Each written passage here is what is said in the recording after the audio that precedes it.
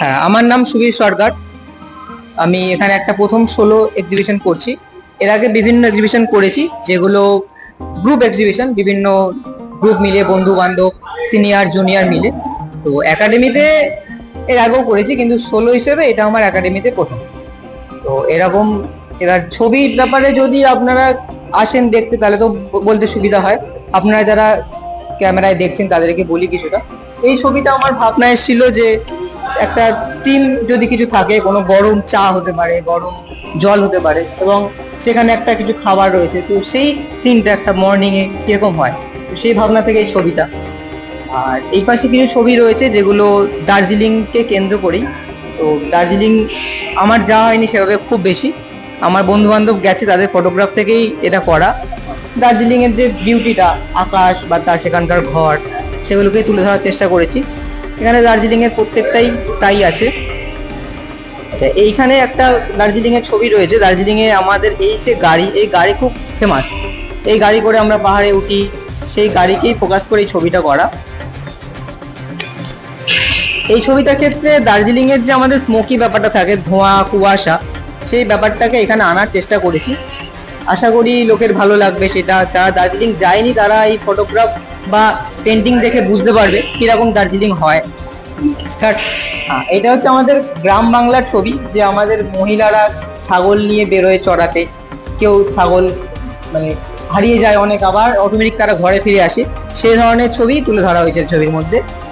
এইখানে রয়েছে আমাদের পুরোটাই গোলাপের একটা ওয়াল। যে গোলাপ কি মানে গোলাপের বিভিন্ন কালার, কেন এক একটা কালার এক এক রকম ভাবে হয়, সেই কিছু বিভিন্ন কিছু বলা হয়েছে।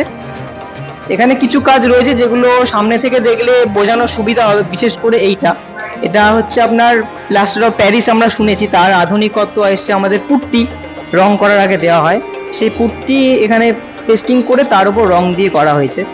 এটা করার উদ্দেশ্য টাইপ অফ একটা এক্সপেরিমেন্ট, যে রং ছাড়াও অন্য কিছু দিয়ে আর্ট করা যায়।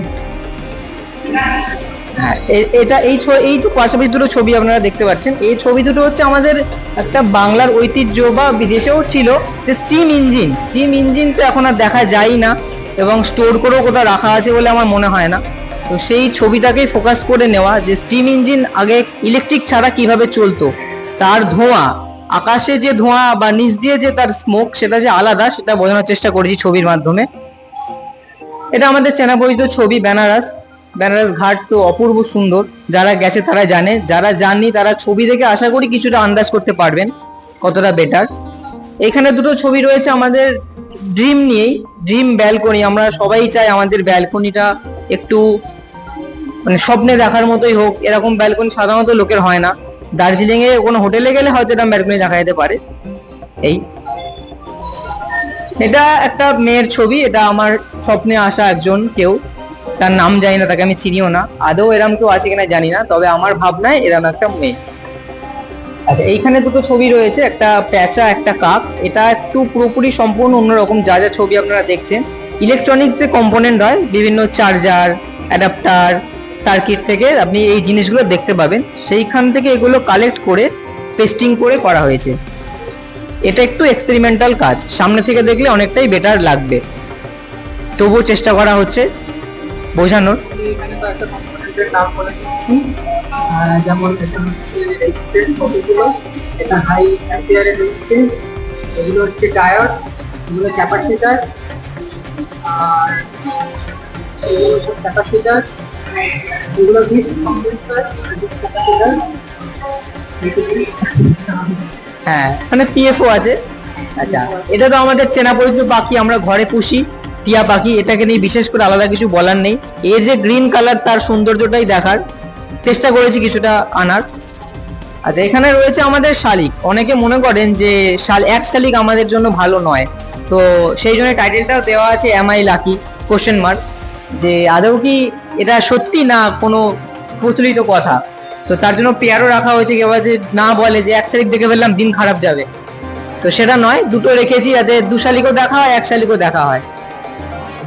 এখানে একটা পেঁচা রয়েছে। মানুষের মধ্যে প্রেম থাকে, পশু পাখির মধ্যে অবশ্যই প্রেম থাকে, সেই প্রেমের ছবি খুব কমই হয় পশু পাখির প্রেম। তো সেইটা আমি চেষ্টা করেছি এখানে করার, যে পশুদের মধ্যেও প্রেমটা কত মধুর হতে পারে। পেঁচা, লোককে আমরা পেঁচা বলে অনেক সময় কুটুক্তি দিই, কিন্তু পেঁচাদেরও ভালোবাসা খুব সুন্দর হয়। এখানে আমাদের 4টে কাকের একটা আলোচনা চলছে যে কিভাবে তারা বাসা বানাবে, এরকম একটা ভাবনা থেকে এঁকেছি যে কাকের আলোচনা কিরকম হয়। সকালবেলা আমরা কাক ডাকলে ডিস্টার্ব হই, কিন্তু তাদের একটা সৌন্দর্য রয়েছে যে কাক যখন আলোচনা করে গ্রুপ ওয়াইজ একটা আলোচনা হয়।